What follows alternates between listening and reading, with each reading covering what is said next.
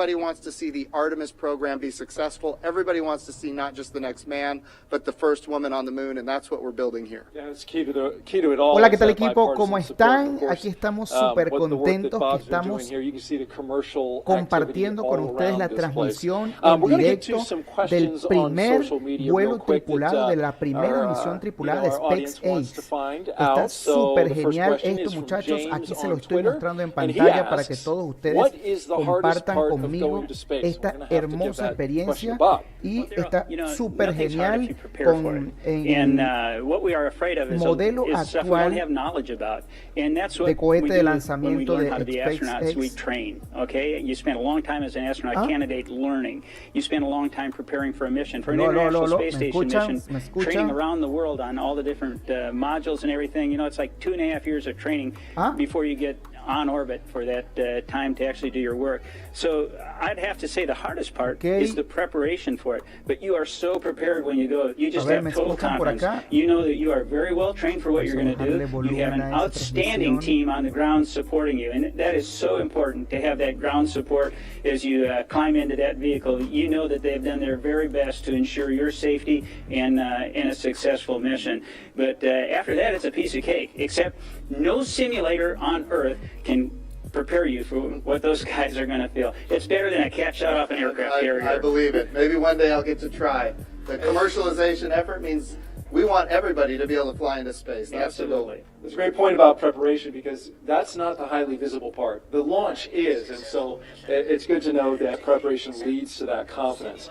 By the way, just an update operationally, they're getting ready to close the hatch doors. ¿Me escuchan? ¿Me escuchan? On your screen there, the workers there are getting ready to get that closed and working on that right there with Doug Hurley and Bob Binken on the inside of Crew Dragon.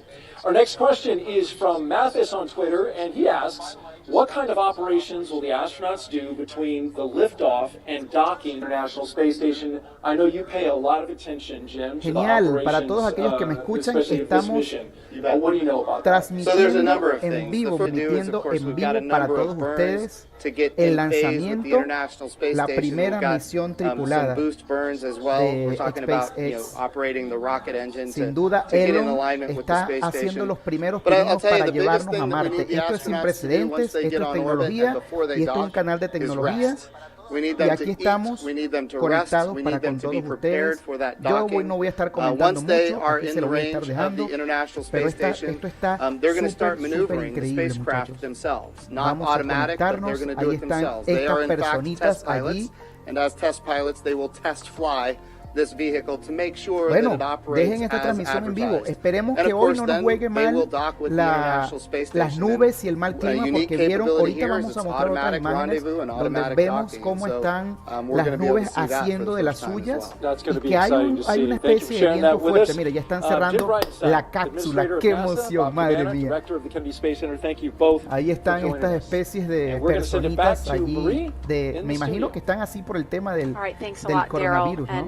Porque no, miren, eso es lo que les estoy diciendo. Ese montón de nubes que están viendo allí, sí, es posible que afecte el lanzamiento del cohete y, madre mía, que no suspendan hoy otra vez el lanzamiento, porque si no, Elon...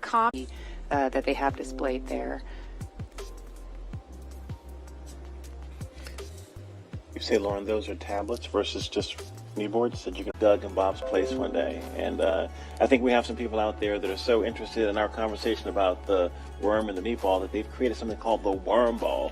Right. Yeah, I was checking my email during that because I emailed you guys the worm ball, and I was like, what is this? I'm having a hard time seeing it, but what is the worm ball? So it's a NASA meatball, which is, you know, what it should be. Yes. Okay, look at it. There it is. All right, thank you. I need a visual. So they took the angular NASA logo and put in the worm inside of the meatball. Can you live with that, Lauren? You know what? That's a beautiful compromise. I'll take it. I'll take it. It's a nice marriage of the two. Oh, I love you, man. Yes. Truth.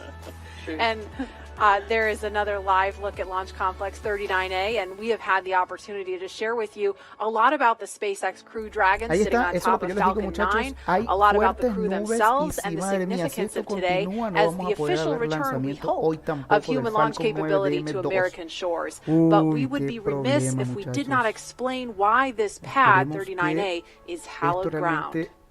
Pase rápido. Gracias a todos los que están recibiendo los comentarios. Estamos viendo una muestra de la Apolo 8 en silencio. Vamos a ver.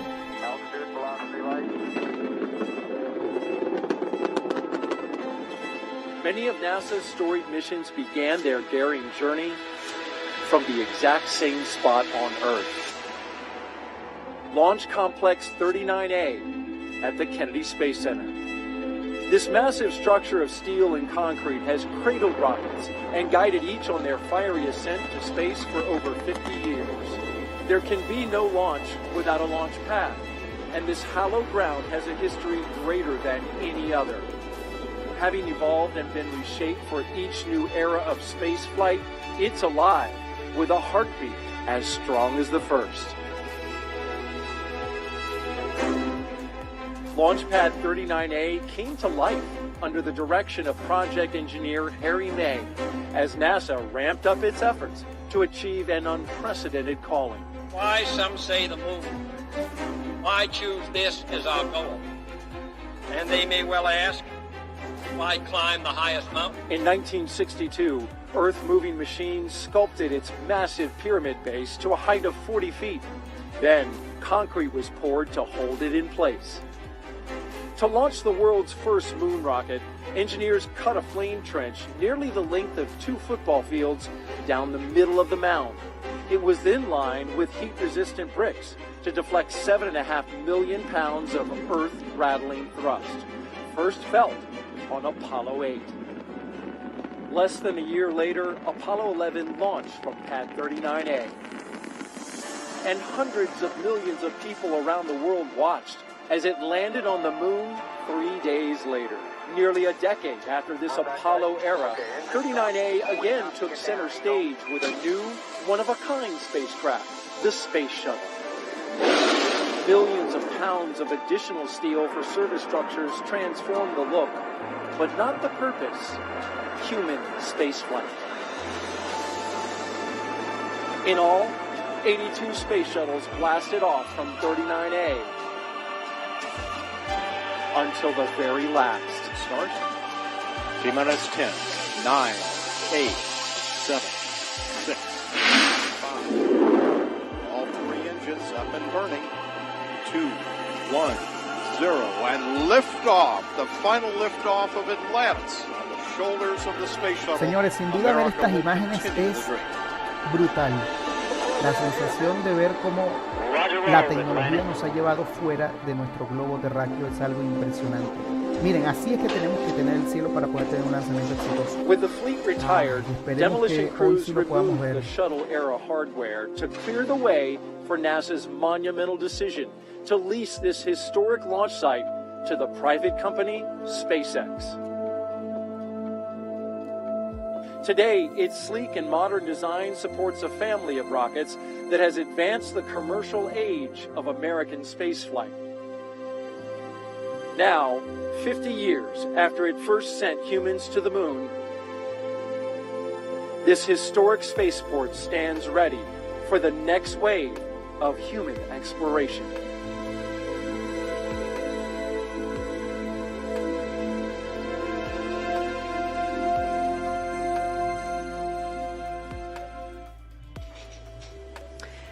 And we're looking live again at Pad 39A. We're looking at the pad closeout team. You can identify them by their numbers there. And we heard confirmation of the hatch being closed just a few minutes ago. So again, things a little bit ahead of schedule. When I say ahead of schedule, I don't mean the launch time is changing. I just mean some of the specific milestones in the timeline. Those times are a little bit flexible, but that launch window remains instantaneous at 3:22 this afternoon. And Leland, you know, we just saw a piece about the history of Pad 39A. All stations, Chief Engineer, and Countdown 1 for comm check with the crew. We're going to pause for that comm check. Falcon 9, guidance, navigation, and control. Dragon GNC on countdown 1, comm check. GNC Dragon, we have you loud and clear. GNC loud and clear. Stand by for comm check by the propulsion engineer. Dragon, prop on countdown 1, comm check. Prop, Dragon, loud and clear. Prop, loud and clear. Stand by for comm check with the avionics engineer. Dragon, avionics on countdown 1, comm check. Avionics Dragon, loud and clear. Avionics loud and clear. Stand by for comm check by ground segment engineer. Dragon, ground segment on countdown 1, comm check. Ground segment Dragon, loud and clear. Ground segment loud and clear. Stand by for comm check by launch control. Dragon, launch control on countdown 1, comm check. Launch control Dragon, loud and clear. Launch control loud and clear. Stand by for comm check by the chief engineer.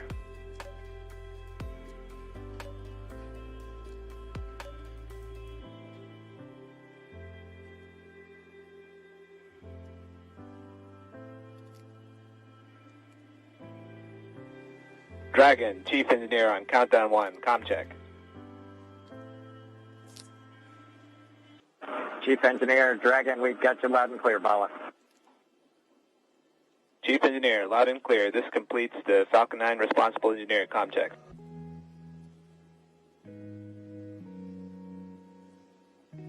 And we just saw a thumbs up from Doug Hurley. We listened to a series of comms checks there, and so everything. Chief engineer on Dragon to ground.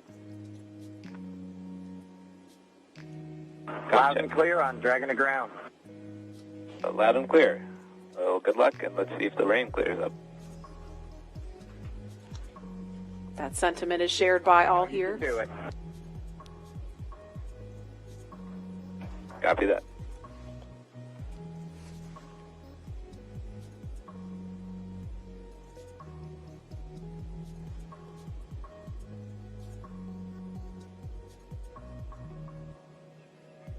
So Bob and Doug, along with the launch teams and all of the rest of America, hoping the rain clears up here. But as far as comms checks go, everything sounded pretty normal, pretty nominal there. So we're just waiting on the weather to clear up. But again, there's a live look at Launch Complex 39A, the site of 82 space shuttle missions where they began. And of course, Apollo, the first mission to the moon, Apollo 11 lifted off from 39A. And Leland, you were just 5 years old when that happened. Take us back there. Marie and Lauren, I was 5, and I was the antenna engineer during the broadcast. I was the kid standing behind the black and white Sylvania television holding the rabbit ears, and my dad said, move to the left, move to the right. And I was trying to look around the television to see what was going on, but they said, no, don't move, stay there. So I never actually saw the actual landing on the moon, Neil and Buzz walking on the moon. And the next day, all my friends in my community were like, hey, you want to be an astronaut? We just had this momentous thing. I said, no. I didn't see it. I want to be Arthur Ashe, because Arthur Ashe trained 5 blocks down the street from where I grew up. And my dad talked about his excellence, his perseverance, his athleticism. And so it wasn't until I got to NASA, working as an engineer at NASA Langley, that a friend of mine said, you'd be a great astronaut. And I just laughed at him. And I didn't fill the application out, but another friend of mine got in, Charlie Camarda. And I said, if he can become an astronaut, I can become one. So I applied the next year and I got in the 1998 class. And I think about this, again, storied legacy, Pad 39A. I was there in 2008 and 2009, Space Shuttle Atlantis, the last one that came in with Doug and the rest of the crew. And it's just an amazing time to see this new era with Lauren, with your SpaceX Crew Dragon about to take off. I never heard that story. I've got a million stories. Wow. It's so cool that, you do have a lot of these kids that are watching today who have never seen a human space flight from KSC before. And this is their first time. And I'm trying to remember back, you know, I grew up in the shuttle era, and I grew up in Los Angeles, and I remember sometimes when the shuttle would land at Edwards Air Force Base, you'd hear those sonic booms. You hear the double sonic booms in school, and we all just knew, oh, that's the space shuttle. It was just a thing. We just knew about that. And it did make me sad that there's an entire generation of kids who didn't grow up with that experience. And I'm just so proud that, you know, today, hopefully, we get to provide that for kids and hopefully have more and more of these launches to the point where it becomes routine, hopefully never boring, but routine. And there's talent in every zip code. So you have to make sure that every kid has the opportunity to do these types of things. If they believe in themselves, and we give them the right tools that they can use to be in STEM fields. And, you know, we have a very diverse group of people up here working together to get Bob and Doug off safely. And I think more people that see this type of diversity will have a chance to say, I can do that too. Yes. Absolutely. And, you know, we have a lot of kids watching today, and we have an opportunity to hear from another really awesome role model, especially for the little girls in the audience. So we want to throw it over to Gary in Houston to talk to a very special astronaut standing by there. Hi, Gary. Hi, Marie. I have the distinct pleasure of being joined by one of NASA's record-setting astronauts and a recent resident aboard the space station, Christina Cook. Christina, thank you for joining us. It's great to be with you today. Christina, we're coming up on 20 years of continuous human presence on the International Space Station, and you were one of those humans. What's it like to see a new milestone like this launch unfold after so much history already? You're right, so much history indeed, and it's just been great to watch it all unfold. I think for me, the most exciting thing is how NASA is not only innovating in what we do, exploring the universe, pushing the boundaries, getting knowledge on the space station, bringing it back to Earth for benefits here, but in how we do it. We're innovating in the implementation of those goals and of our mission. And what that means is that bringing in the private sector, bringing in a commercial space economy for low Earth orbit, means space is going to be more accessible and more innovative. And it's just an awesome new era of history to be able to witness. You hold the record for the longest single stay by a female astronaut in space. What's it like living aboard for so long? Well, it is truly a privilege every single day. I have to say it's a beautiful thing to look down on the Earth and to be able to kind of contribute to a space program that you yourself have held in such high regard your entire life. I would say that the biggest challenge going into sort of those longer times is remaining vigilant. The engineers make it so easy to live on board the space station. Sometimes you forget you're actually surrounded by such a hostile environment. So remaining vigilant both day to day to have that appreciation that you wake up with every day, and then also being vigilant, knowing that things could take a turn for the worse at any time, and you have to be ready to react to that. So it's a great privilege, but it also comes with great responsibility. You came to NASA after the days of the shuttle program, and you flew on the Russian Soyuz. What does it mean to have this private capability to fly astronauts to the station? Well, I think it's just a great innovation in terms of our partnerships. You know, when we started out, it was individual countries pursuing space exploration. We brought in the international aspect of it, and now we're really folding in that commercial aspect, bringing the innovation of all of our American industrial power and recognizing that the more partnerships we have, the more accessible, the more innovative space exploration can be. So it's an awesome time, and it brings with it so much more capability into the program as well. So it's not only how we're doing it, but it's what it brings. We're looking forward to having this transportation from private companies. How does it help you do your job in space? You know, I think one concept that we have in NASA for safety and to mitigate risk is called dissimilar redundancy. And here now we're bringing up a whole second way of getting crew to the International Space Station and getting cargo, last-minute cargo. So we're increasing how much science we can do on board the space station by twofold. We're increasing how we can, our options for getting items up, stowage items, supplies, provisions, science experiments. So we're really just banking on the extra redundancy to make the program that much more robust. We're watching Bob and Doug go through the final phases of preparing for this launch. What's going through your mind so close to liftoff? Oh, it is such a great day indeed. You know, it's interesting because I think it's not so much what is going through your mind, but what's not going through your mind. You know, you're not thinking about all the things could go wrong. You're thinking about enabling success by doing what you've been trained to do. One of the things we have is that on launch day, astronauts are sometimes the most calm people in the room, and I found that to be true on my launch day too. I think it's kind of this career culmination of everything you've learned, everything you've dreamed of, and you know that it's coming together in that day and that you're going to finally do what you're prepared to do, execute the mission, and it just really brings a sense of calm and readiness. NASA astronaut Christina Cook, always an honor to hear from you. Thank you. Great to be with you. Well, once Bob and Doug arrive at the station, NASA astronaut Chris Cassidy will be ready to welcome them on board. So in anticipation of their launch, he had this message for them. Hello, everyone. I'm astronaut Chris Cassidy, commander of Expedition 63 on board the International Space Station, flying 250 miles above the Earth. Like you, I'm excited about today's launch and the possibilities it will bring to America and to the world. But also, I'm very excited that two close friends will be arriving and joining the crew. I had the privilege of flying with Doug Hurley on both of our first shuttle missions back in 2009. Together, we came to the International Space Station and helped construct the amazing facility that it is today. Although this will be my first mission with Bob, it was my honor to follow him as the chief of the office when he left back in 2015 to begin training for this amazing mission. Personally, I've been very fortunate to fly in two different spacecraft. Launching from America on the shuttle, and most recently launching from Kazakhstan in the Soyuz. But I can't tell you how exciting it is to know that we're once again launching Americans from the coast of Florida. And finally, here's a story I'd like to share with you. Back in 1981, John Young and Bob Crippen launched on Space Shuttle Columbia, the very first space shuttle flight, marking the last time we flew Americans on a brand new vehicle. 434, Max Q-48. Roger.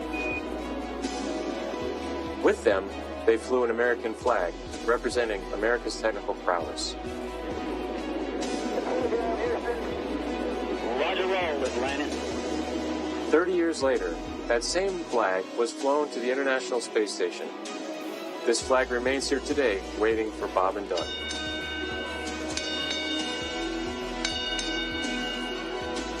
Our flag means so many things to our country, and this small piece of America represents what we'll be able to achieve together. We'll never stop exploring. And so Bob and Doug can take this very special flag home to Earth, where it awaits its next journey to the cosmos. In a few years, the first Orion crew will take this flag with it around the moon.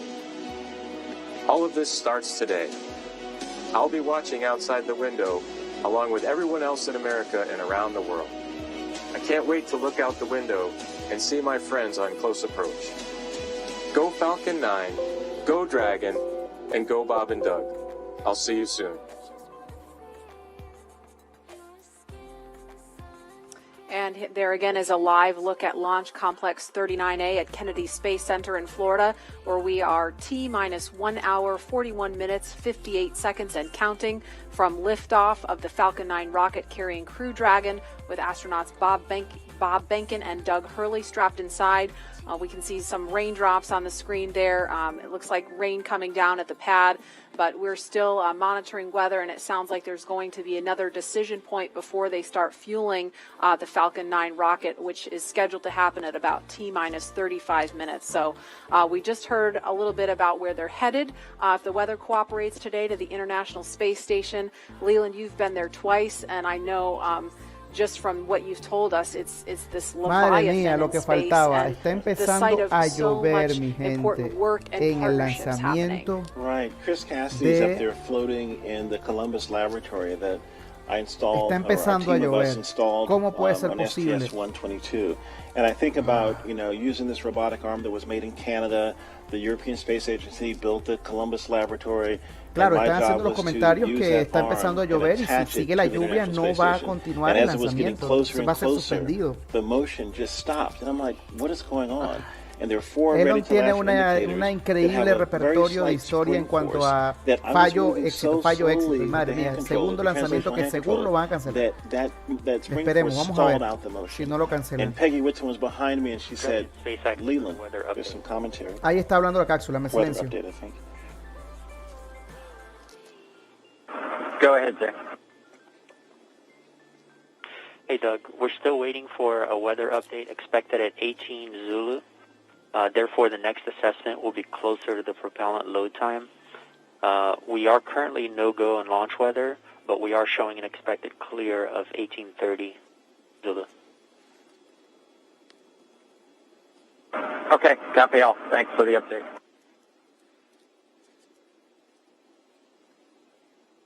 So we just heard if they were to launch right now, the weather would be no-go. However, it sounds like there may be an opportunity if the weather clears, as it sounds like they expect it may. So again, we're gonna keep listening as we continue talking. If we start to hear any kind of chatter, especially if it's about the weather, we're gonna do our best to quiet down so that we don't step on that and everyone can hear it along with us.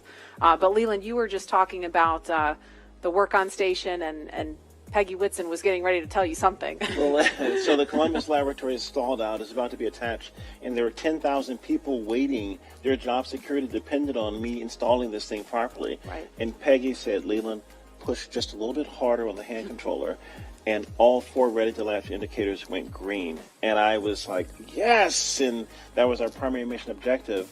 But that paled in comparison to what happened next. Peggy invited us over to dinner in the Russian segment, and we had this meal with people from all over the world, Russian, German, French, African-American, Asian-American, this diversity that we talked about earlier. We're up there breaking bread at 17,500 miles per hour while listening to Sade's Smooth Operator. It blew my mind. It was Smooth Operator, right? You know? What an appropriate song for this. I know. Job too, right? Wow, does she know? She knows now. Yeah. And Dan Tani actually changed the song from Smooth Operator to Arm Operator. So you see, Arm Operator. I love it. Love it. And Leland, you actually, we were in another taped segment when you got a text from Drew Feustel. Can you share that with us? Yeah, Drew Feustel, his good friend, just sent me a text saying that the families say hello to all who are watching and thank the nation and the world for their support and interest. And Chris Ferguson just actually sent me a text. He was the commander on STS-135 and one of my classmates from the 1998 class, and he says, way to go, Godspeed on Crew Dragon. That's awesome. It's great to hear those words of support.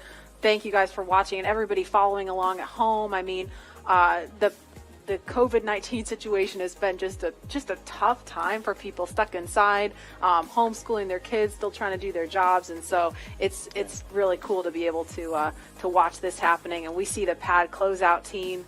It looks like they are getting ready, or they've left the white room and they've already come down the crew access arm, so they are getting ready to leave the pad now.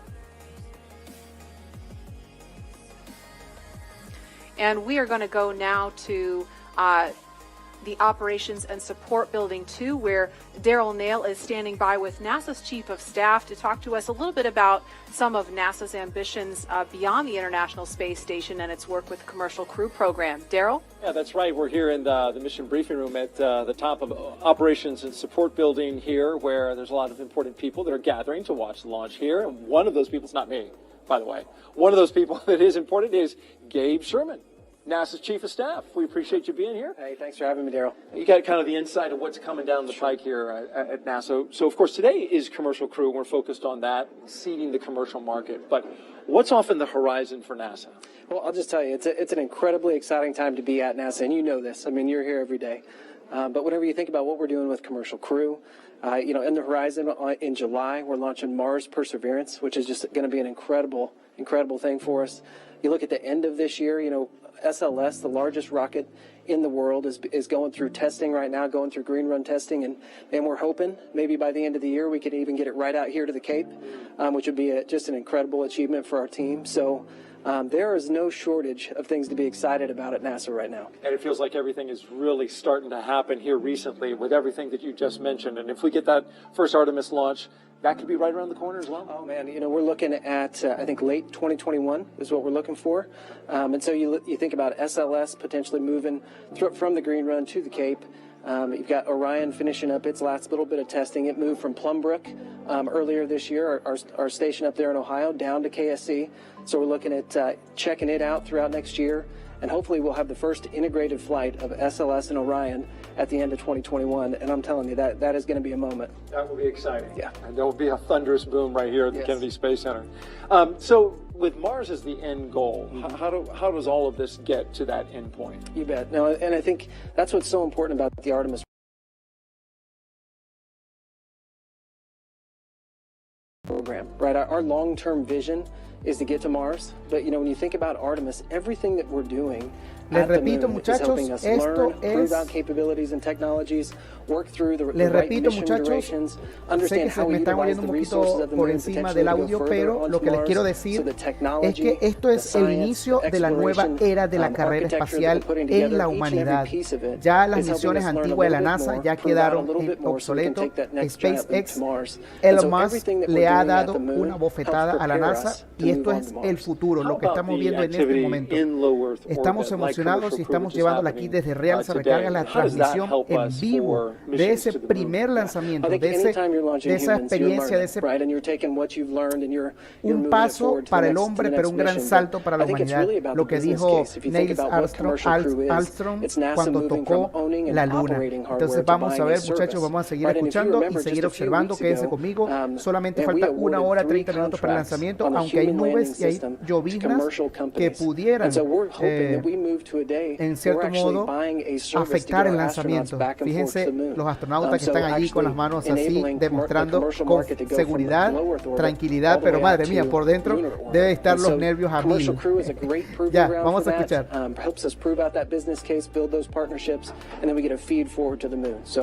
It means a lot. This means a lot as we move out. And it's really exciting when you talk about the commercial crew, the commercial aspect going to the moon, and those partners. They're going to be studying those landers to see if they are viable for NASA. Yeah, working through a tremendous process with the commercial providers and NASA engineers, going through initial designs right now, looking at the capabilities that they've proposed, and then trying to make decisions on which landing system goes early in 2024, which landing systems are better prepared for sustainability out in the later 20s. And so that is going to be an ongoing process throughout this year and moving into next. So it's going to be really exciting to kind of see what comes out as, hey, this is the lander that's going to take the first woman and the next man to the moon in 2024. Right, so different than the time of Apollo when we went to the moon, and that program ultimately came to an end. The idea here, though, is to try to create some sustainability. Talk about that. Right, and sustainability, you can get to sustainability if you have reusability, right? And that's what we're seeing with Commercial Crew for sure. But whenever you think about our human landing system, you're looking at a system that we put out there at the moon once we get to sustainability, and it's going back and forth, taking multiple trips to the lunar surface, back up to Gateway, which you're familiar with, is kind of our smaller space station we're going to put in orbit around the moon. So we are building an architecture that is going to enable reusability at the moon. Apollo never had that. And so whenever you think about driving down cost and increasing access, reusability, sustainability are critical. So you get to see everything from a very high level at NASA. What's it like for you personally, I'm curious, to be here at the Kennedy Space Center to watch a launch and to just see this amazing facility where all of this activity happens? Yeah, I think sometimes people think since I work at NASA, I'm around this stuff all the time. I'm not, right? I don't get to come down here nearly as often as I'd like. So it's just as exciting for me as it is for anybody else in this room. When you think about all the hard work that our team has put in to get us to this day, to actually come down and be a part of it with them, it's just overwhelming and incredible. So we're just a little bit excited. All right, Dave Sherman, NASA's Chief of Staff. We appreciate you joining us today and enjoy the launch. I certainly know you will if we're able to get that one off. We're going to toss this back now to Hawthorne, California. Joining us now is SpaceX's Lars Blackmore to discuss SpaceX's future ambitions to visit the moon and Mars. Thanks for joining us again today for a second round. You're welcome. Could you tell us just a little bit about your background and what you do here at SpaceX? Yeah, well, I'm in charge of entry and landing for Starship, which is SpaceX's next rocket after Falcon 9. And before that, I worked for many years on the same thing for Falcon. So hopefully today you'll see another one of those landings on a drone ship. Awesome. And speaking of that, what role does reusability play in getting people to the moon and Mars in the future? Well, it's really all about making human spaceflight affordable. And what you want for that is a 100% reusable rocket. Now, Falcon is only partially reusable, but Starship is going to be 100% reusable. And we've actually already started working with NASA on using Starship to send astronauts to the surface of the moon for the first time since 1972. Not only that, Starship will be refuelable on orbit. And the combination of those two things will let us send people basically anywhere in the solar system with more payload for less money than I think people have really been contemplating. I think for the first time we can seriously talk about things like lunar bases, or what SpaceX cares about most, a self-sustaining civilization on Mars. Right. So what you're saying is I will have an opportunity soon to get on board one of those spaceships. I very much hope so. Yeah. So speaking of reusability and landing, I know you mentioned Starship will be refuelable in orbit, but Falcon does come back and land back on Earth. What are the challenges with actually landing on the moon and landing on a planet like Mars? Yeah, well, you can't land like a plane, because the moon and the Mars either have no atmosphere or have a very thin atmosphere, and even if you could, there's no runway that someone's built for you. So that's one of the reasons that we do propulsive landing on Falcon, because we want to figure out how to do propulsive landing. That fundamental architecture works on basically any planet. If you have no atmosphere like the moon, you do a propulsive landing burn all the way. If you have a thick atmosphere like Earth, you let the atmosphere slow you down as you float down, then do a short landing burn at the end. And for Mars, which has an atmosphere but a very thin one, you do something in between the two. Wow. Yeah, that sounds really difficult, and I'm sure there has been a lot of effort put into that. Can you tell us anything about what we're working on now to get us to a point where we can do a landing like that in such a harsh environment?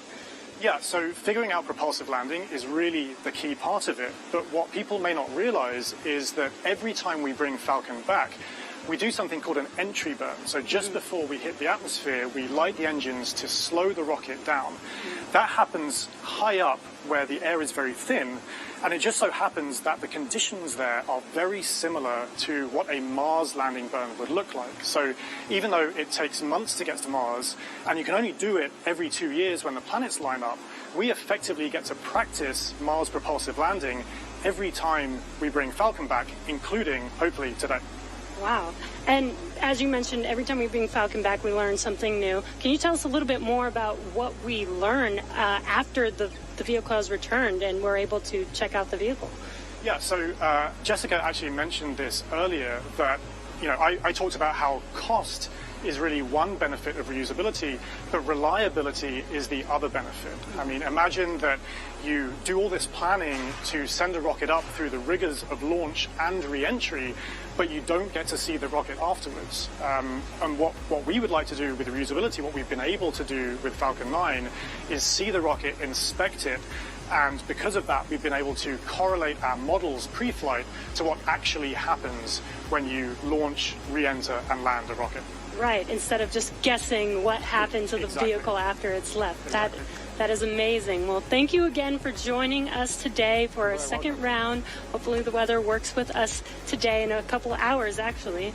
Let's throw it back to KSC with Marie. All right, actually we have Lauren here. Now today's mission opens up the door to one day allowing the general public to be able to visit places like the moon and Mars. And as you've heard through several interviews today, reusability is a really, really important part of that. Imagine if every time you flew a plane from LA to New York, you threw it away at the end of the flight. That means essentially airline travel would be too expensive, costing hundreds of millions of dollars a flight, and almost no one would be able to fly. And so that's what SpaceX is trying to do here with reuse, allowing not just a handful of people to be able to go to space, but tens of thousands and hundreds of thousands of regular folks like you and me to be able to go to space. So, you know, myself, you know, when people like me have a chance to go, I know my dream is to land on Jupiter's moon, Europa. Scientists believe that there is a liquid water ocean underneath the ice and that it has the potential to be habitable. And so I'm super excited to get up close and personal to maybe some space fish. Leland, what about you? Where would you go? Wow, that's a pretty interesting destination. I think I would like to go to Mars. We've studied Mars so much and looked at it, and I think maybe having a Martian base that is dog friendly, you know, bring the pups along, because I think as we explore, we want to take our families, our cultures, our traditions, you know, with us, and you know, flying with Doug and Bob is cool, but you know, having more people, yeah. There's the dogs. The puppers, taking the puppers to space. I mean, you know, they're not. They look ready to go. They are ready to go. We just needed maybe some like SpaceX type suits for them, you know. But it's that's what it's all about, exploration. Like the settlers going the West, you know, they took everything with them and they started these new communities and these new traditions. And I think that's what we do with space travel. We start new traditions and communities and bring everyone together as one family, one civilization. Absolutely. We're here for it. And knowing that the opportunity to fly to space as a private citizen is really just right around the corner, we have a new poll question on Twitter for you.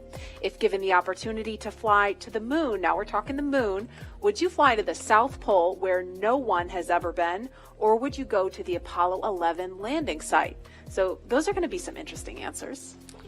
And while there is not a ton of cargo on today's mission, Dragon is carrying two very special payloads, aside from Bob and Doug, of course. The first of those payloads is a series of custom art pieces entitled Humankind by Los Angeles artist Tristan Eaton. These indestructible, double-sided paintings made from gold, brass, and aluminum celebrate how far humanity has come, as well as how far we still have to go. It includes a beautiful homage to the Saturn V rocket, as well as a nod to Bob and Doug's current ride to space. And you can find more images and information about these pieces on SpaceX's social channels. Next, in the spirit of inspiring the next generation of explorers, we wanted to celebrate the class of 2020, from kindergarten all the way to graduate school. So SpaceX and NASA invited students from around the world to submit their photo to fly on America's first human spaceflight in nearly a decade. Each graduate's photo was used to create a mosaic image of our beautiful planet Earth, which we printed, and it's now being flown aboard Bob and Doug's flight on the Crew Dragon spacecraft. We received nearly 100,000 photos. That's a ton, so thank you, and congratulations, graduates. Yeah, I've got a couple of family members and friends who submitted their photos, so they're super excited about seeing their faces go to space in that beautiful mosaic. That was really cool. And again, that's what it's all about, you know, everyone coming together with their experiences and bringing them forward to space. And I think regular people flying to space, I mean, SpaceX is going to be flying, you know, non-government people, non-military people, but people that have a desire to explore and do new things and traditions off planet, as we say sometimes. Yeah, I mean, all this time since we've had the International Space Station, it's been government astronauts performing the research because you're the only ones we've been able to send, right? But we've had some tourists, though. We've had people that paid their way on a Soyuz rocket. Sure. Go. But it's really the billionaire boys club. You know, that's what Pharrell talks about. With it costs so much money to go to space, and I think that price point will come down as we make this more amenable for everyday people. Absolutely.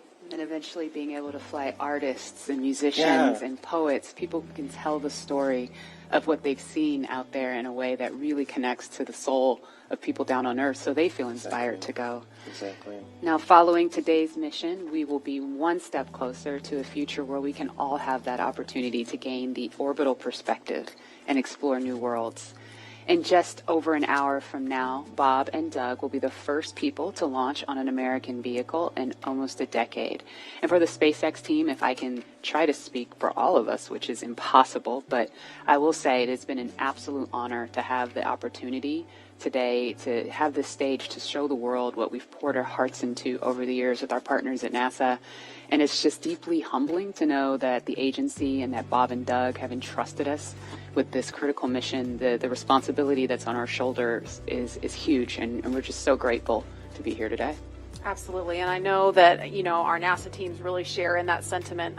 We heard from just a handful of them earlier when Bob and Doug were riding out to the launch pad, but there's so many people that we're probably never going to see or hear from on the public stage, but that have poured their hearts and souls, as you said, into this mission. All the engineers up late hours, checking, double checking, triple checking everything to troubleshoot and solve problems and get us to this point. So it's just really awesome that we've made it to this point. When you think about legacy, Katherine Johnson, who helped get John Glenn to space, her daughters are watching right now. Mm-hmm. And that, again, that legacy going forward to the future of space travel. Yeah. It's powerful. Wow. And we heard from two icons of science and exploration on Wednesday, and we couldn't resist sharing these shout outs with you one more time. Wow, we're making history again. The NASA program. I'm there with you guys in spirit. Bob, Doug, good luck. I know you'll be fine. I'll be watching and got everything crossed, arms, legs. I'm tied in a knot. Can't wait for you to get back safely. This is the first time a U.S.-built rocket has taken people into space in 9 years. It's quite an accomplishment. So for us at the Planetary Society, more rockets means more exploration. More people in space means more exploration. More countries involved in the endeavor of spaceflight means more exploration. This is how we know the cosmos and our place within it. So congratulations, SpaceX. Here's wishing your team, and the crew especially, a safe journey and the joy of discovery. Let's go. So great to hear from Para William todos aquellos que me Shatner están and Bill preguntando, Nye, muchachos, two que por qué esto es más very especial que los demás recognizable faces lanzamientos, pues following along esta on the es la mission. primera vez que una empresa privada And we want to go envía over to humanos Dan al and Jesse in espacio. Hawthorne, Y where está we are now súper, just súper 1 genial. hour and Lo que 18 estoy minutes from viendo ahorita en launch. las Dan, noticias y lo que Jesse? estoy entendiendo por aquí es que hay un 50-50 Hey, thanks que el for 1 lanzamiento sea hour, hoy. 18 Si no, se va a minutes. I think we're posponer para tying mañana, ourselves in madre knots, mía. just like Captain En esta Kirk. espera, en esta We're really angustia, hoping the weather tratando de cooperates. In observar about el 20 primer minutes or so, we lanzamiento might clear. tripulado de una So empresa we're privada getting a nivel hopeful. mundial. We're getting our hopes up. Esto, Yes, le voy a very contar una historia excited. rapidito. Again, we're T Elon minus Musk 1 hour and fue a 18 Rusia a minutes comprar from unos launch, cohetes and para the poder hacer sus anticipation primeras is real pruebas y se over lo here. negaron, le dijeron que no, un Since montón de arriving at the cosas, y él decidió spacecraft, Bob hacer sus and Doug propios were helped by our cohetes y closeout ahora él está engineers to haciendo get algo into que their es sin seats, attach their precedentes. suits to Entonces, special umbilicals that provide si breathing el air, Crew pressurized Dragon no nitrox, despega hoy, and a mi gente, se communications realizará link to mañana Dragon domingo a las systems. 2 de la They tarde, conducted hora leak Perú, checks así which que were successful atentos and con los dos communications astronautas. checks Estos dos with the core astronautas here in son de la Hawthorne, which NASA, is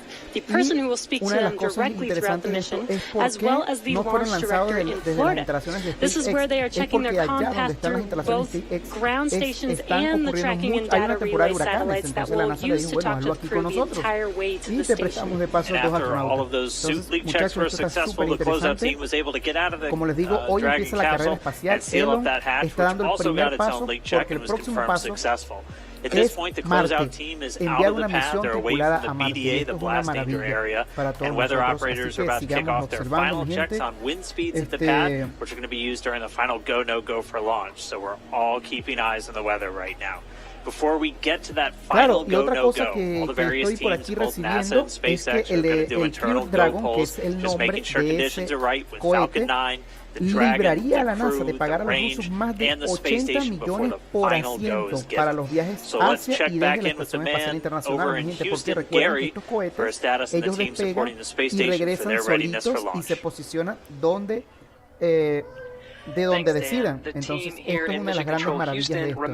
Así que bueno, vamos a seguir adelante. Esperemos que el clima nos favorezca. Fíjense, al fondo está el Centro Espacial de Houston, donde están todas las cámaras, todos los ingenieros preparando todos los detalles. Súper interesante esto. So station power and communication systems are normal. Computers and networks used for monitoring Dragon's approach have been checked out, and the cabins and the station cabin's atmosphere and pressure are as expected and ready to welcome 2 new crew members aboard. Mission Control will be closely monitoring Bob and Doug's flight and checking off milestones for most of the flight. And this very same team will be coming back tomorrow to be ready when Dragon gets in range of the International Space Station and we begin integrated operations and prepare for Dragon's docking. So I'll send it back. International Space Station team here is ready for launch. Go Falcon 9, go Dragon, and Godspeed to Bob and Doug.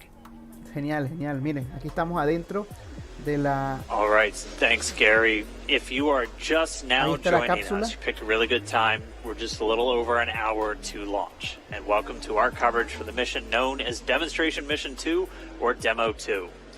Liftoff time still holding for 3:22 p.m. Eastern. Tracking no issues with Falcon 9 or Dragon. Everything good with the range so far. We're just really Les recuerdo que han pasado aproximadamente 9 años desde el último lanzamiento de la NASA, porque recuerden que la NASA ha ya reventado algunos cohetes y dijeron no, necesitamos algo nuevo. Entonces Elon está haciendo historia en cuanto a esto, muchachos. Madre mía, qué maravilloso, qué bellísimo se ve esto. Está haciendo historia en mandar el primer vuelo después de una década, casi una década, un vuelo tripulado. Y si es exitoso, pues intentan, esto va a ser la segunda vez que la NASA y SpaceX intentan mandar una misión tripulada al espacio.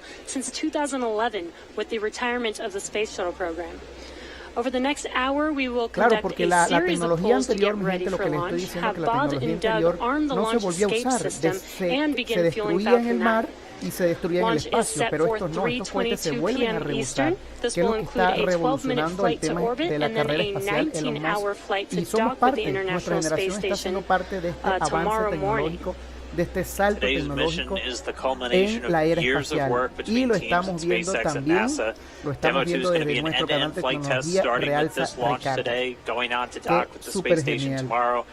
Vamos a escuchar. A la izquierda tienen una vista externa de la cápsula del Crew Dragon y a la derecha de sus pantallas tienen la vista interna de la cabina de del cohete de lanzamiento. Ahí estamos con los dos They're able to follow all the milestones still ahead on the display panels just above them, getting insight into all Dragon and Falcon 9 systems as we proceed towards launch.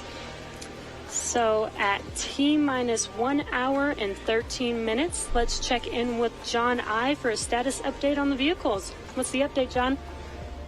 Thanks, Jesse. Well, not much to add to what Dan and Jesse just brought up. We've had a smooth countdown this afternoon. The SpaceX team is working no issues as the pace begins to pick up here in the last 70 minutes. On Falcon 9, we did get the team on console. Earlier, you heard the comm checks between the responsible engineers and the crew. The engineers will be making calls on ascent for the crew's benefit, so they want to make sure that they could hear them before we go. The propulsion checkouts of the first and second stages are beginning right now. We're watching them begin to go through the process, opening valves. That check will go for about another 10 minutes, and that'll be our last one until propellant loading.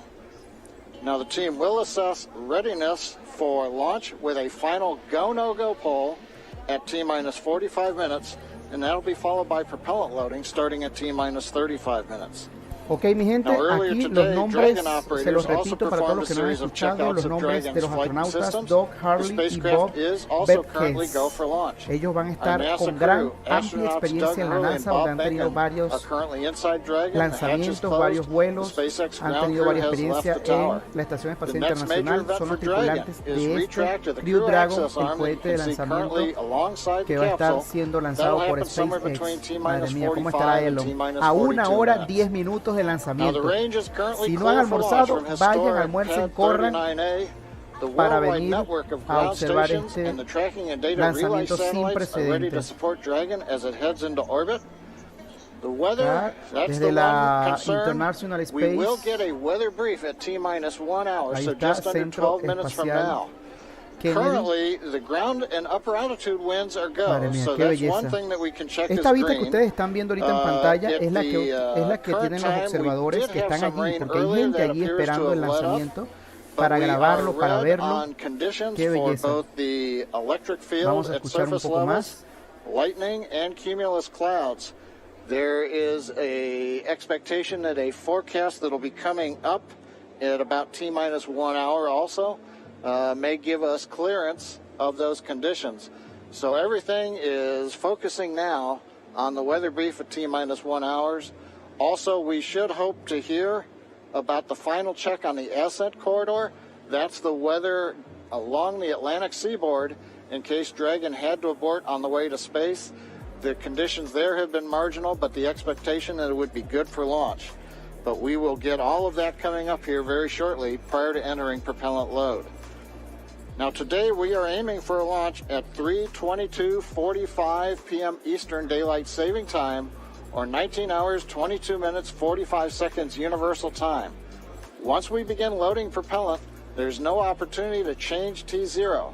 So once propellant is loading, we're committed, and we'll get one chance at it today. But currently at T-minus 1 hour, 10 minutes, and 30 seconds, everything except the weather is go for launch. Thanks, John, for that detailed update. We've got an extensive history now of flying Falcon 9 from the Florida coast, and just last year completed a test run of the mission. We're less than an hour from beginning here today. The purpose of that mission was to demonstrate Dragon's capability to safely and reliably fly to and from the International Space Station. The success of Como les Demo digo, 1 mi was gente, a really si esto exciting no moment. lo lanzan paving hoy, for será today's para mission mañana, to where hora we are 2 de la today. tarde, hora Perú. Así que Right now we're getting atentos, ready to aunque fly todavía hay un US astronauts from 50-50 que US podamos soil for the lanzarlo, first time since solamente queda 1 hora, 2011. 8 minutos, vamos a ir Dragon and esperando Falcon 9 together para have years of operational experience, observar or what we refer qué to tal as flight nos va heritage. ahorita, mi gente, As I pero, mentioned earlier, madre mía, qué SpaceX has angustia, ¿no? successfully completed 21 flights of Dragon to Con and from orbit los nombres since de los 2010, tripulantes Doug Harvey including y 20 Bob trips to the Beckins, International Space Station. con amplia Not only have we experiencia en conducted la NASA. thousands of hours of Ahí testing, está we've viendo also el enhanced Falcon and added a 9 number of de safety nombre New features to Dragon. Crew. Much of what was learned with the Cargo Dragon was leveraged in the design of this new vehicle. It's fully autonomous, which means it can basically fly itself, but also features that full manual override capability Sí, just in case tenemos of algunas emergency. nubes espesas, Many of the tenemos other lloviznas. enhancements help towards SpaceX's Vamos a goal of esperar. Les reusability recuerdo, and mi less gente, que refurbishment esto time es la between primera missions. So vuelo let's take a closer tripulado de look una at these empresa advancements. privada en colaboración Standing con la at NASA. Ahí almost estamos 27 viendo feet mano tall, derecha the very lo bottom que of the son trunk to the las very top of the especificaciones nose técnicas cone. Crew del Dragon is Falcon 9 comprised of two o del main Crew elements. Dragon. You have the capsule, which is designed to hold crew and pressurized cargo, and then you have the trunk, Muy bien, which holds esperemos. unpressurized A ver, cargo as well, hay as having expectativa a solar array and todavía. radiator. No han cancelado And the nose cone oficialmente at the top of por the capsule tema protects climático, the docking así que system tenemos as well as the expectativa de seguir guidance navigation observando control esta system, or what we call transmisión. GNC. Quédense, The nose compartan cone este opens video, for vamos docking and a remains ir attached to the Crew Dragon nosotros a spacecraft, and that's compartir unlike the previous version of esta Dragon, transmisión en vivo. and that Aquí a la helps mano towards derecha our están viendo las reusability efforts. especificaciones técnicas Completely del opposite the nose Snapdragon. cone is that trunk. It has attachment points for Y Falcon la 9, the Dragon capsule, and it can hold internamente, ahí cargo. estamos viendo a On the mano very derecha, outside of the estamos trunk, viendo one half of las it pantallas contains internas a de última radiator that tecnología. projects heat No from the hay, active thermal no control hay system visual into space. That's the externo, white part, solamente and that pantallas uses donde los SpaceX's new Pico astronautas, tiling claro, technology. ellos no necesitan The other tener una half ventana, contains the solar ellos cells necesitan used to tener la charge the visual de todas las spacecraft's cosas que batteries. está pasando afuera. And though we only have 2 astronauts on board today, the spacecraft is Ahí está actually el designed to señor, accommodate up to 7 crew Bob members with limpiándose los modular ojos. seats that can be Claro, removed porque and cansa, ¿no? replaced Me by imagino esa additional posición, cargo. estar así The seats mucho are made tiempo of debe carbon cansar. fiber and are custom sized for any crew member flying on board. The control panel centered right between the pilot and the commander seats and has those 3 touchscreen displays that gives the crew insight into Dragon and even the ability to operate the vehicle and fly it manually. And finally, our Super Draco launch escape system is a key safety feature of Crew Dragon, giving the crew the ability to safely escape from the time of launch all the way to orbit. And as we look to the future beyond this test flight later this year, the first operational crewed mission Claro, los trajes for están NASA súper, will súper take geniales. place. NASA astronauts Los Mike trajes están Hopkins súper geniales. Try to review your launch commit criteria and indicate readiness at the appropriate time. Ahí están, los trajes están súper geniales, ahí están dentro, estamos dentro de la cápsula viendo los astronautas, el señor Doug Harley y Bob Betkins. Impresionante, muchachos. Saludos desde Perú a Bancay, saludos, gracias por la transmisión, bueno, un saludo para ti también, mi estimado. Bueno, esperemos que todo salga bien, sin duda.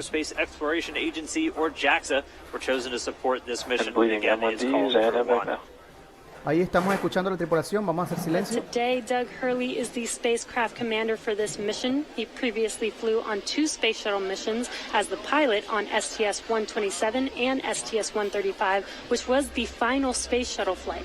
Here's a closer look at Doug Hurley. Excited?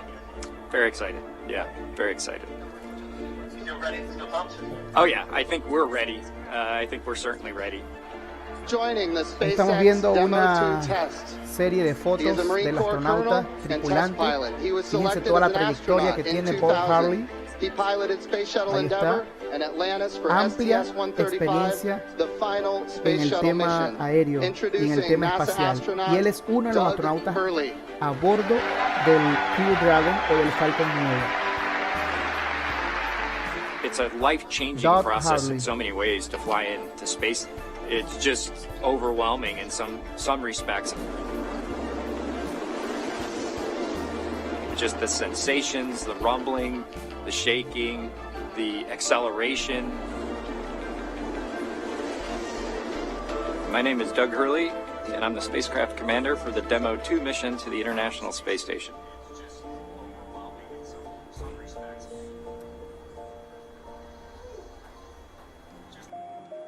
This will be the first time the Dragon had a crew on board, and so there's a myriad of objectives we want to achieve for this mission.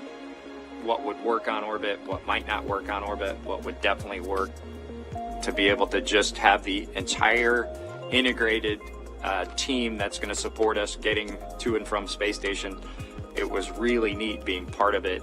You know, we are the lucky ones that get to fly it, but we certainly not for 1 second take for granted the amount of effort that so many other people had to put into this to make it successful. For Doug personally, he's Miren los worked trajes so hard, futurísticos, I mean, through his impresionante, entire ¿no? life, to get to where we are Ahí right vemos la now. esposa As de a Doug test Harley pilot, dando sus this would be a declaraciones. dream to fly a new vehicle. So it makes me so happy to see that he gets to be part of this mission, the spacecraft commander. I'm just glad to see his hard work and his dream come true for that. It's been a long road in a lot of ways for not only us, but certainly for all the folks that work in the commercial crew program, as well as SpaceX in our case, just working to get to this point.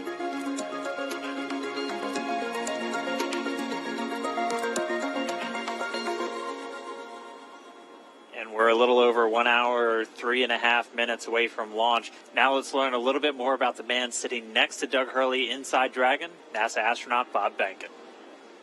My career at NASA has kind of spanned a couple of decades at this point. I arrived with the class of 2000, went through the training program, primarily focused on the space shuttle and the International Space Station, learning those systems. Having launched a couple times on vehicles, you know, el otro astronauta con amplia experiencia espacial de la NASA que está tripulando el Falcon 9, el Crew Dragon. Am I really prepared or not? So that's definitely different between where I was on my first flight and where I'm at right now. For me personally, as a spouse, watching everything that Bob has put into this over the last 5 years, the dedication that he's shown, the perseverance is pretty special for both of us, though. The way our minds work, it won't be until sort of the mission is complete that you have really a chance to savor it and celebrate it. This is a huge accomplishment for an Air Force flight test engineer to be part of the demonstration mission of a brand new vehicle. It's going to be amazing. Without a partner that has that same appreciation, I think it can be challenging for some folks. There's a lot of work and a lot of time that takes away from family that that my spouse appreciates, and I love her for that.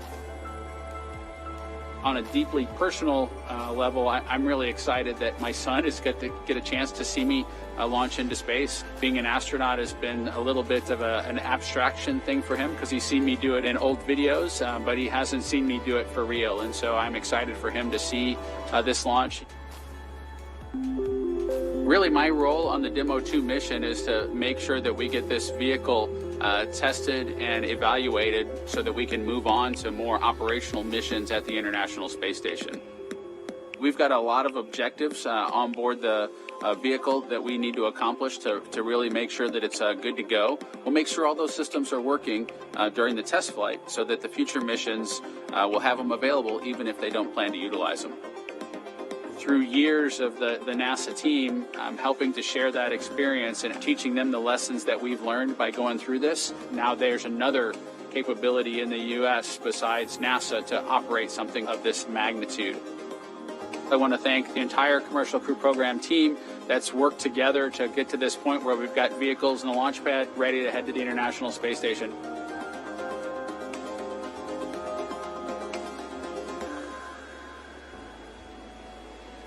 If we look even further into the not-so-distant future, flying on a mission to space will be an option for more people as SpaceX plans to also fly private astronauts on board Dragon. Earlier this year, SpaceX signed an agreement with the space tourism company Space Adventures to fly up to 4 passengers on an orbital trip aboard Dragon as early as next year. And of course, it's NASA that is making private astronaut missions to the space station a possibility. We are looking forward to these missions, and we hope that you guys are all too. All right, we are just 20 seconds away from T-minus 1 hour. This is going to be a really big moment that everyone's going to want to listen to. We're expecting a weather update, obviously hoping that the weather is improving. And so we should find out in the next 10 seconds or so. So we're going to stand by for a moment and wait for the Corps to give Bob and Doug a call, and then we'll all hear the latest. SpaceX, we're at T-minus 1 hour. You are go for Section 6. When ready, report go for launch. We'll put it in work. Ahí, están hablando la tripulación, vamos a hacer silencio.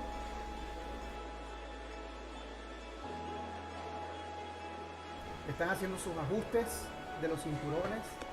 And that right there was a call for the crew to refer to some of their procedures. They do some final checks. You can see them checking harnesses, checking helmets, just making sure that they're strapped in and ready to go. And once they're done with that, the crew will report their readiness for launch. Bob, como siempre, mostrando sus manos de tranquilidad, de confianza, de seguridad. Hay mucha expectativa, madre mía. Recuerden que SpaceX ya tuvo mucho SpaceX Dragon in 6.4. Bob and I are go for launch.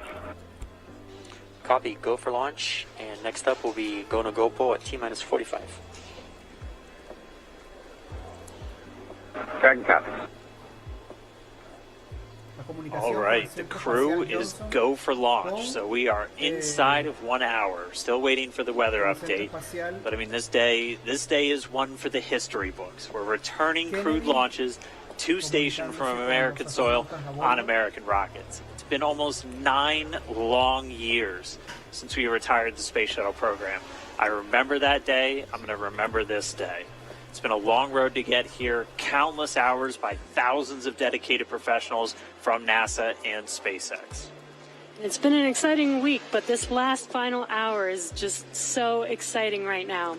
Today's mission will be Crew Dragon's second test flight and its first test with humans on board. It's been an awesome countdown so far. Weather, we're still waiting for that update, so it's still a watch item, but the crew is go for launch, so at T-minus 45 minutes, hopefully we'll get an update on that weather. We've had a really clean countdown so far. It started with suit up just over 3 hours ago. The SpaceX team helping Bob and Doug put on their suits, conducting initial checkouts, including an initial pressure and leak check before they got to the actual walkout. All of that done in that operations and checkout facility. The crew walkout was where Bob and Doug gave their... Watch them ride all the way to the pad, and we got some great footage there. And as you can see on your screen, this is some playback from earlier of them getting into those tests. A minute to take in the sights, and they headed up the fixed service structure to begin the process called crew ingress where Bob and Doug entered. And there you can see on your screen as they're coming through the crew access arm, entering the white room right before they are able to ingress into the vehicle there.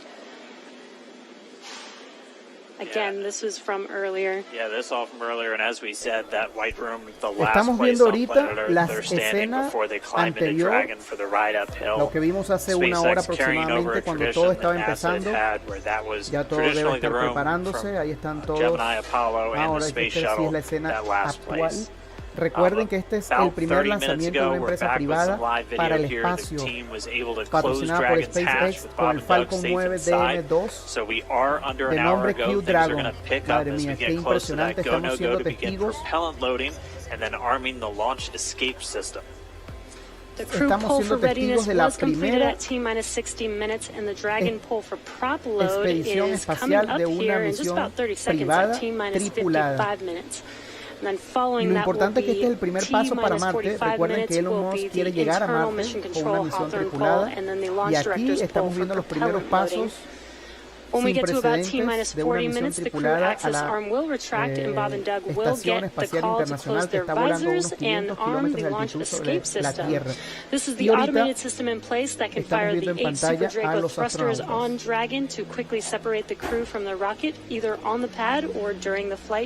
On the ride uphill. And then once we reach T-minus 35 minutes, propellant loading for the Falcon 9 will begin. We got there on Wednesday. We got all the way down to about 17 minutes before launch before we had to cancel because of weather. But we're Me preguntan si en ese traje no hace calor.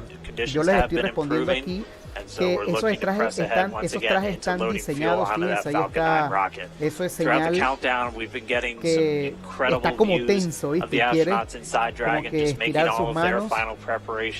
Impresionante, es que no es fácil, después de 10 años donde la NASA ha tenido graves pérdidas, como los astronautas que murieron en la explosión del último transbordador que explotó. Miren, están viendo la pantalla dentro, todo totalmente táctil. The Countdown 1 technical poll is complete. No constraints to proceed into launch escape system arming and propellant load. And there's that call out that the crew is ready. They are ready to load prop onto Dragon. So we are pushing forward towards T0. And while those suits do look great, they are also engineered to connect directly into Dragon's seats to provide communications, cooling, and the ability to pressurize if necessary. All right, well, we did get the call out that the technical teams on the ground are ready for launch escape arming and propellant loading. Again, things starting to pick up, things really starting to feel real. Recuerden que uno de los tripulantes fue el único que hizo uno de los que pilotó la última misión espacial. Yeah, it's hard to sit still in here, right, Leland? La Estación Espacial Internacional. Súper bien. Vamos a escuchar aquí. Está súper interesante todo esto. I know. It's so awesome when we see them sitting there in their suits. We're less than an hour away now. So far, things look like we might make it. We might make it. So I want to ask you what it was like the first time you put on a spacesuit when you knew you were going to space. Oh, that was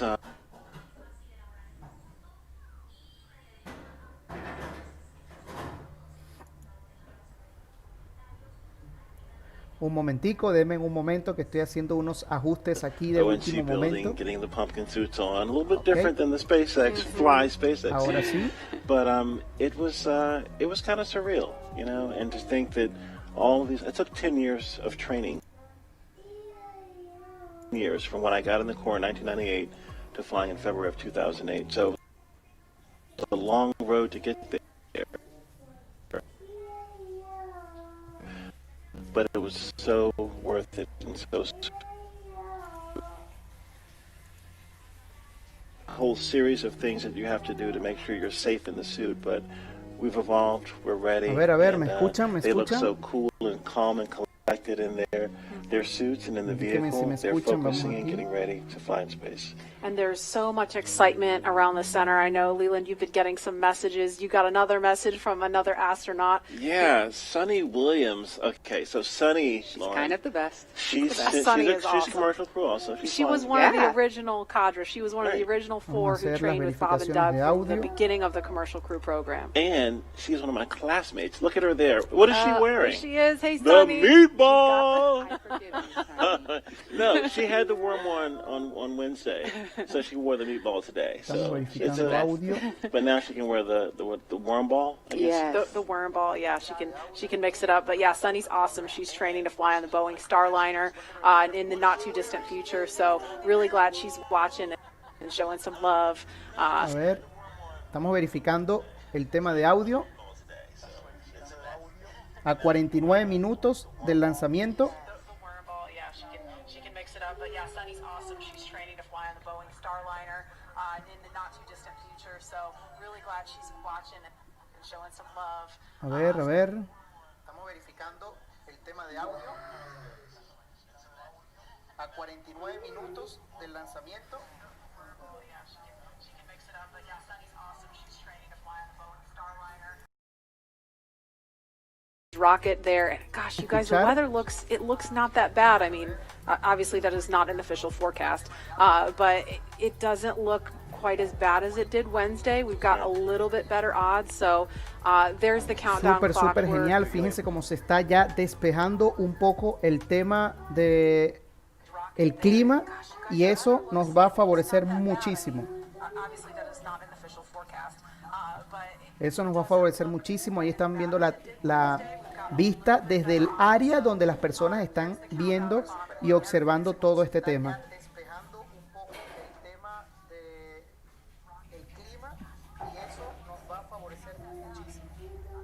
Recuerden que este vuelo es sin precedentes.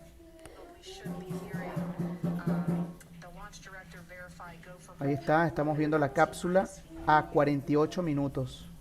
Vamos a activar el audio de Dragon, and if we start to hear any kind of update on weather or polling, we will pause to listen in for that.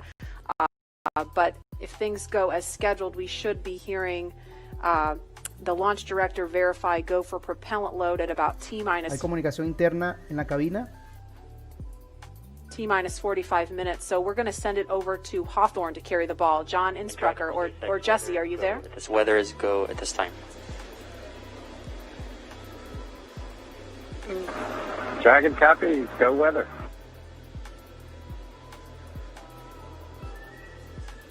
And there you heard that call out. So far we have good weather. We are go for launch today. This is getting really exciting. I don't know about you, Dan, but my heart is beating pretty fast right now. Yeah, we've been waiting for those words since Wednesday. Oh, and we did hear a call to the crew, just in case you missed it, that they were only tracking one final weather constraint. It was the cumulus cloud rule. They were expecting it to clear up, and it's cleared up now. So we are currently go on weather. Yes, and it's been pretty incredible to be so close to launch, and the up to this point has been pretty incredible as well.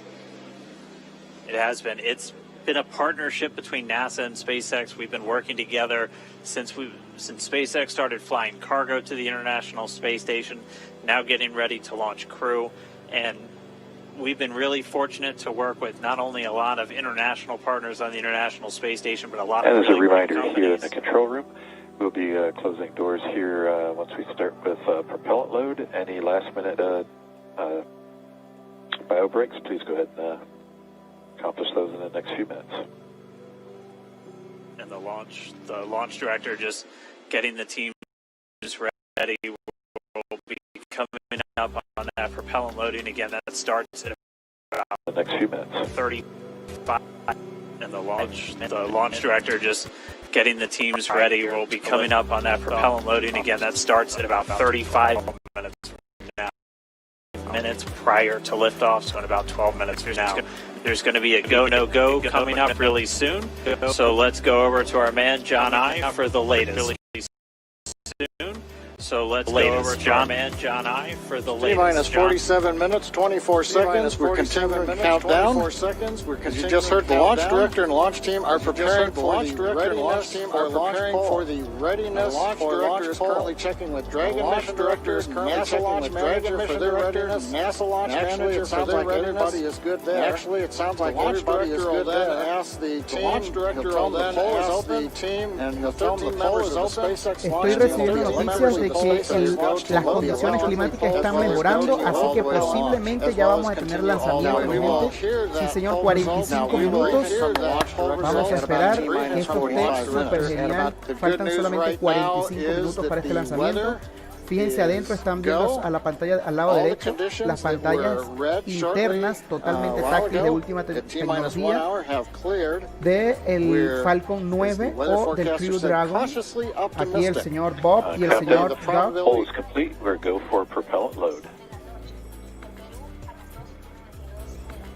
Doug. We got an early call out there. We got an early call out there. Launch control clear to retract. Cover that. Arming access, arm retracted. Cover that. Arming access, arm retracted. T-minus 45 minutes. Got an early call from SpaceX launch director Mike Taylor. From SpaceX launch director Mike Taylor. Also heard the direction T-minus 45 minutes to prepare for retract of the crew arm. 45 minutes to prepare for retract of the crew arm. We hear more discussion. We'll stop and let you listen in. But right now, weather for liftoff, ground level winds are good, 10 to 15 miles an hour, well within limits. Upper altitude balloons show that conditions are acceptable. Right now, the red weather conditions have cleared up for last one being cumulus clouds. Ground level winds are good. The probability of violation is set well within limits right now. So that's 70% chance of good weather. We're continuing to watch. Conditions are acceptable. Less than 10% chance of weather conditions have cleared up. We're also watching the abort corridor off of the Atlantic coast. And in case, for example, if stage separation, Dragon had to abort into the ocean. The conditions there are acceptable. There has not been lightning lately. 70% chance of good weather. Winds are good. We're continuing to watch. There is about less than 10% chance of lightning. Watch those conditions. Un saludo para Luis, que se acaba de suscribir en este momento. Un saludo para ti, mi estimado. Reminder on hold and launch escape protocol. For non-urgent no-go conditions, the conditions there are acceptable. There has not been lightning lately. The weather, for urgent issues affecting the safety of the operation, operators shall call hold on the countdown net. Launch control will immediately abort the launch auto sequence and proceed to the launch abort auto sequence. Operators T-minus 45 minutes and counting. Reminder on hold and launch escape protocol. For Dragon non-urgent no-go conditions to reach CE or LD. Reminder on approve a fire launch start sequence and proceed to launch abort of a fire alarm. Urgent issues affecting the safety of the operation will remain at their post while alarm is evaluated. Hold on the countdown net. Personal safety launch control immediately abort the launch auto sequence and proceed to the launch emergency auto sequence, which leads directly also advise launch director at this time. Señores, estamos viendo ahorita cómo se está separando la plataforma de entrada de la cápsula, donde vamos a poder ya hacer un conteo de 40 minutos para el lanzamiento. Escuchemos. Launch director is giving the final brief to the crew. Exit, which leads directly outside. And we will be beginning propellant loading at T-minus 35 minutes. So right now on Falcon 9, ready to get into propellant loading. Dragon, crew, you can see on the screen. The arm is pulling away. -40 to go for launch. They continue to monitor the air and the sea space. Everything looks good. And we finally have gotten green across the board on the weather conditions. But we can't take a deep breath quite yet. We're going to have to watch the weather all the way down to T0, both here at Kennedy Space Center and out in the Atlantic, in the abort zones. Now, earlier we saw many of you following the launch from the United States on our hotspot map. Now that we're inside now, we're seeing large numbers of folks logging on, tuning in from coast to coast and around the world. So we'd like to know, is this your first time watching a launch live? Tell us counting Wednesday. And if not, how many have you seen before? Tell us using the hashtag LaunchAmerica from your favorite social media platform. And with that, T-minus 42 minutes, 50 seconds, conditions are go, and we are counting down for an on-time launch. Let's send it back over to Kennedy Space Center As the action begins to pick up on the pad. Let's send it back over to Kennedy Dragon Space SpaceX, Center. you are As go the for action Section begins 7, to pick close up on the visors and pad. arm launch escape system. Dragon SpaceX, you are go for Section 7, close visors We and will arm launch escape system. Section 7 in work, visors coming close. We will put Section 7 in work, visors coming close. All right, the countdown clock is continuing to tick. My heart is continuing to beat 5 million Acaban beats de a preparar second, sus cascos, mi and gente, para we are hacer las getting últimas so, pruebas so close. antes del lanzamiento. Dragon in Así que 7.2, visors are closed, we're arming launch escape system. Dragon in 7.2, visors are closed, we're arming launch escape system. As you just heard, the crew is arming the ahí launch están, se está escape comunicando system. con la base. As you just heard, El señor Bob haciendo los últimos ajustes en la pantalla táctil en su mano derecha. Other than El nominal señor big milestones Doug prior to también liftoff, haciendo other than los nominal ajustes. Falcon operations. Ya nos estamos preparando para ver el lanzamiento en vivo y a todo color y en alta definición. So just a minute ago we saw the crew access arm retract. and Este obviously we just heard on lanzamiento the comms, por primera vez de una empresa Bob and Doug espacial getting privada. ready to ¿Cuál es la arm the misión? Me launch están escape preguntando en el system, chat. and ¿Cuál es la so misión de that esto? is Bueno, something that protects sencillamente them all la the way to misión de orbit. esto, mi So gente, es when que fueling starts at about por T-minus primera vez una 35 empresa minutes, privada so está just over mandando 6 minutes from now, una they will have misión the tripulada al capability espacio to y abort, solamente vamos a llegar a to la Estación separate from Espacial Falcon 9 Internacional, either on the a pad la- or even after liftoff. donde ellos van That's a a durar critical unos safety meses allí capability. y luego el cohete va a regresar solito And we are y going va to a go posar over en to la Tierra Hawthorne con now to toda take us through these normalidad, next minutes. cosa que Jesse? esto va a ahorrar.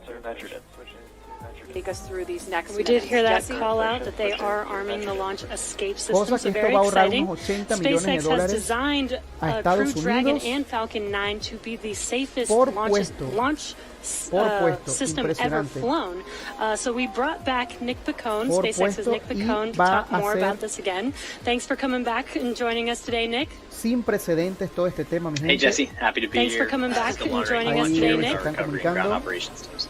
Hey Jesse, Awesome. happy to And be Nick here. was This is our DeLon mission Ray, manager manos for así. our No, in-flight impresionante, abort test earlier this year. And Nick now was our mission manager for our in-flight Nick, abort on Wednesday you test earlier this talked year. about the Now launch works escape on the system. Could you just give us a brief summary today Nick, for on those Wednesday that are joining you, today? Talked about the launch escape system. Sure. Could you So just the give us launch a brief escape summary system again today is for our, those that are ultimate joining safety today? feature to keep Bob and Doug Sure. safe. So the launch in escape event system of again a is major our, Falcon anomaly on ultimate the pad. safety feature. The system is to keep designed Bob to and Doug automatically safe fire in the event of either a major Falcon anomaly on dangerous the pad. conditions. The system developing. is designed to If that automatically fire Dragon will either use its Super Draco Draco engines to to push push the the condition capsule off development and away to a safe distance away from this Falcon. If that happens, This capability is absolutely critical. Super Draco keeps the crew safe, and we're now active and armed way pad with it protecting the crew.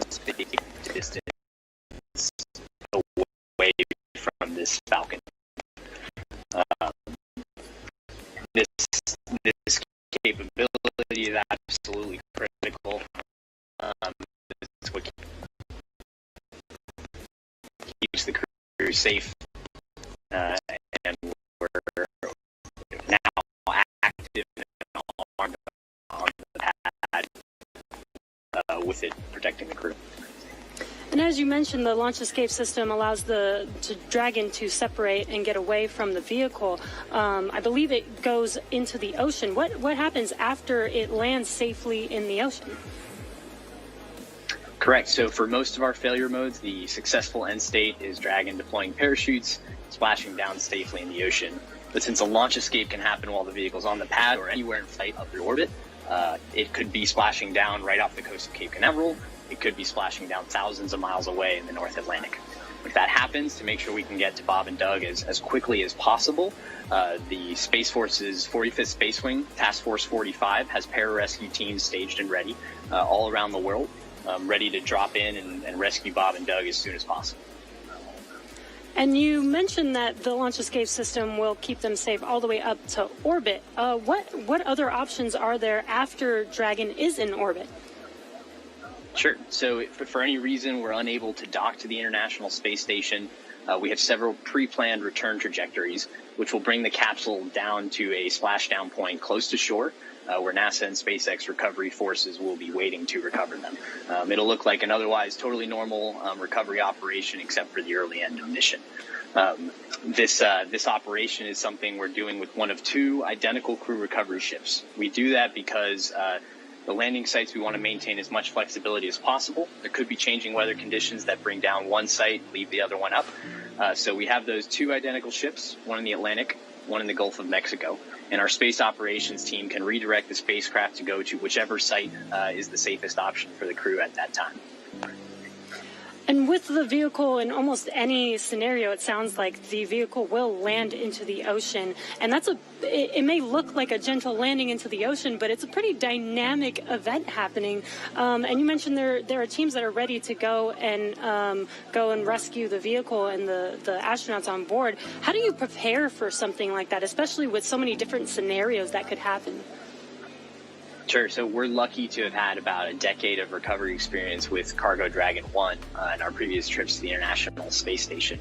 That, along with our booster recovery missions, we've got a great team of recovery operators here who have a lot of offshore experience with our spacecraft. The system, though, we took that experience, we built up a new crew recovery ship, two identical crew recovery ships, I should say, which have a lot of those lessons learned baked into the design of that ship and the operations. These new ships have complete medical facilities, an operational helipad, and redundant communications, power, and propulsion to make sure they're robust and ready for anything we encounter offshore. We've also done tons of training exercises with SpaceX team, the NASA team, and the rescue forces I mentioned earlier, practicing capsule recovery, emergency scenarios where we have to get the crew out of the capsule while they're still in the water, as well as those helicopter evacuations, taking off and landing from the pad many times so that we make sure the team is ready to do that. They're all staged and ready.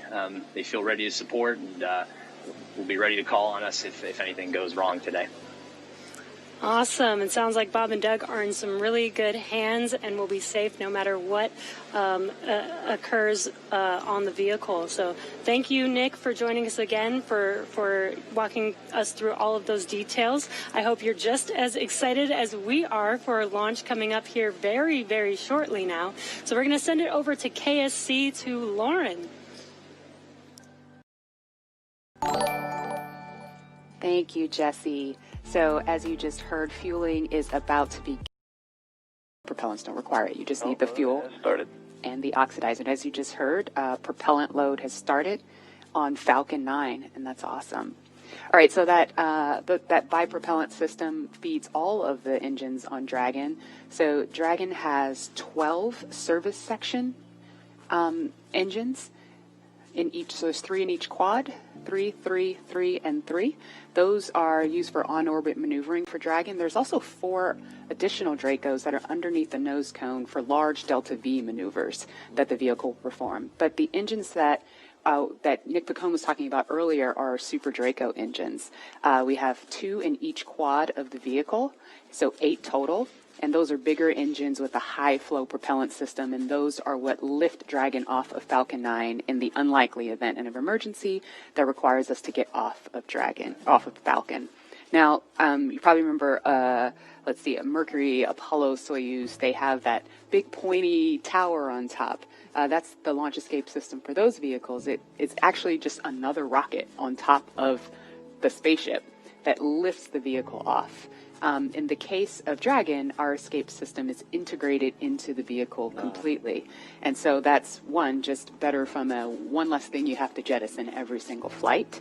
But it also allows us to have escape capability from the pad before T0 all the way through to orbit. And so even at the very last minute, if we needed to get off of stage 2 while we're in space, we could actually escape to orbit. That's the escape system for little baby Dragon here.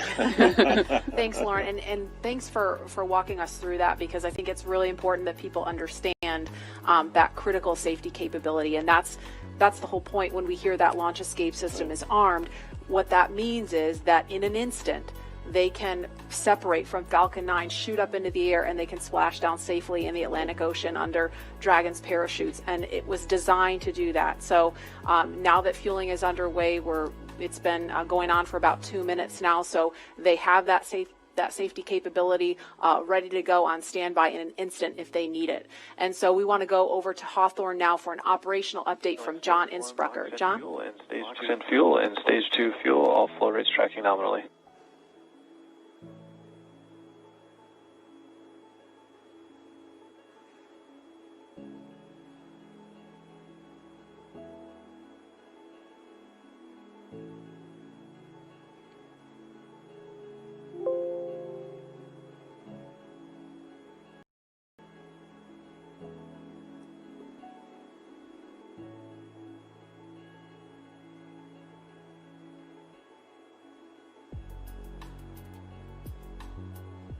We're T-minus 32 minutes, counting down. These final minutes, everything's still looking good for Falcon 9 and Dragon for an on-time launch.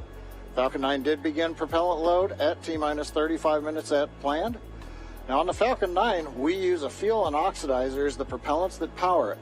The fuel is commonly known as RP1. That's rocket propellant grade 1 kerosene. The oxidizer is densified liquid oxygen, also called LOX. Densified means it is kept much colder than typical for launch vehicles.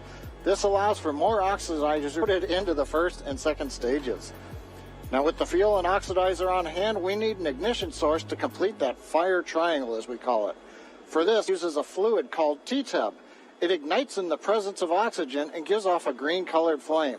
Now, it's hard to see on the first stage ignition due to the water that will be spraying on the pad, but you might just see the green flare as the second stage engine ignites following stage separation over 2.5 minutes into flight. Now, currently, first stage fuel tank is about 10% full. The first stage, as a reminder, as you look on the left side of your screens, the first stage is the long white cylinder at the bottom, topped off by the black cylinder. So over 2/3 of the rocket is that first stage. So the fuel tank is getting loaded. We're also loading the liquid oxygen into the first stage also. The second stage, which is the top 1/3 between the Dragon and the black cylinder, that's the white second stage, that is being loaded with fuel right now. That's about 8% loaded at this moment. Liquid oxygen loading is going to begin on second stage at T-minus 16 minutes 30 seconds. Liquid oxygen loading will continue on both stages all the way down to the last few minutes of the count. We're also loading helium into pressure vessels on the stages. That's used to pressurize tanks in flight as the propellant is pulled out by the strong Merlin turbopumps. On board the Dragon spacecraft, astronauts are monitoring systems while the propellant is loaded into Falcon 9. While we mentioned we had trained them with sounds that we had recorded on board. They've been through most of the propellant load, and they are now experiencing those sounds and vibrations. Stage 1, cryo helium load started. Report no problem. Often refer to them as the dads. The dads? They're the dads. They're dads. They are dads, and we've met their families. And when you see people on that very personal level, it starts to mean so much. They are a part of our team. You know, they're not a customer. They're our team. They're not a payload. They're our team. They're a family. And so we're just so excited to see the dads up there today. Yeah, go dads. Yeah. All right, we're going to go send it over to Gary for an update from Houston. Gary. Hey Marie, the space station team here is focused. All eyes are on the system checks that are happening across the board, and we're listening in as we close in on launch, and I can tell you that things are looking very good. Chris Cassidy will be watching from the International Space Station, right now flying over the Pacific Ocean. It's heading to cross right over the launch pad. We might even get some good views from the station. Hope to be capturing those. We'll have the launch view and the big screen up front, and everyone's excited to see our two crew members on their way to the International Space Station. But before we get to it, I just want to pass on good luck from the entire flight operations community here in Houston. It's always exciting to be doing something wholly new and history-making with station operations, and we can't wait to see our team members Bob and Doug in low Earth orbit and heading to the International Space Station. That's it from us here in Mission Control Houston. I'll send it back over to the team in Hawthorne for the latest happening there. John. T-minus 20 minutes, 30 seconds. We're continuing to count down. Everything is still looking good for launch of Falcon 9 and Dragon. Our way to the International Space Station. But before we get to it, I just want to pass on good luck from the entire flight operations community here in Houston.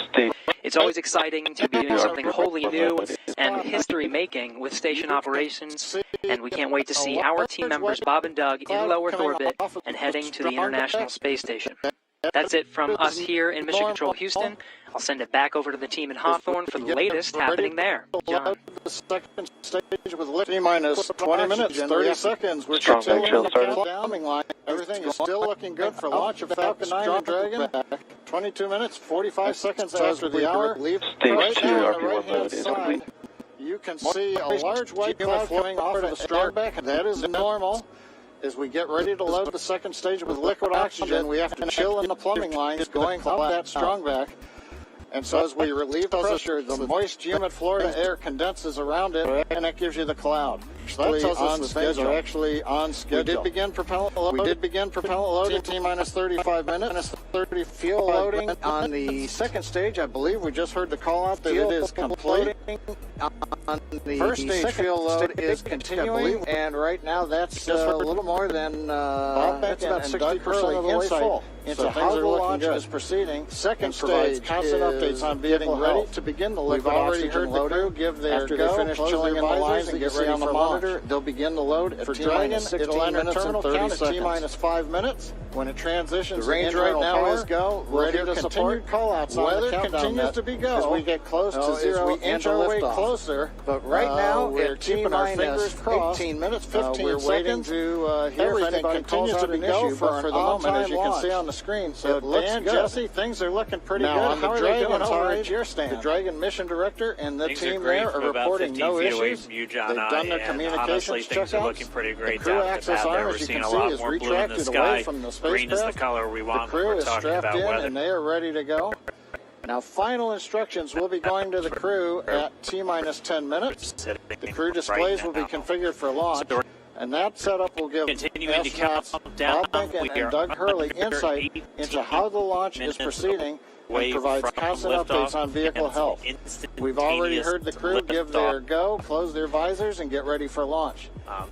For Dragon, it'll enter terminal count at T-minus 5 minutes. When it transitions to internal power, we'll hear continued call-outs on the countdown net as we get close to zero and to liftoff.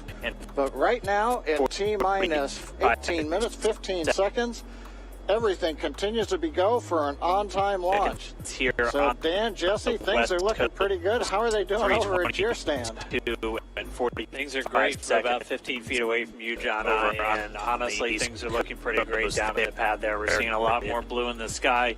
Green is the color we want when we're talking about weather, and that's where we're sitting right now. So we're continuing to count down. We are under 18 minutes away from liftoff. It's about a 19-hour ride if we launch today on time. So that means Bob and Doug will get 9, 12, 22, and 45 seconds here on the West Coast, 3:22 and 45 seconds over on the East Coast there in Florida. Just a reminder, it's going to be about a 9-minute ride up to orbit for the Falcon 9. And Bob and Doug on board Dragon.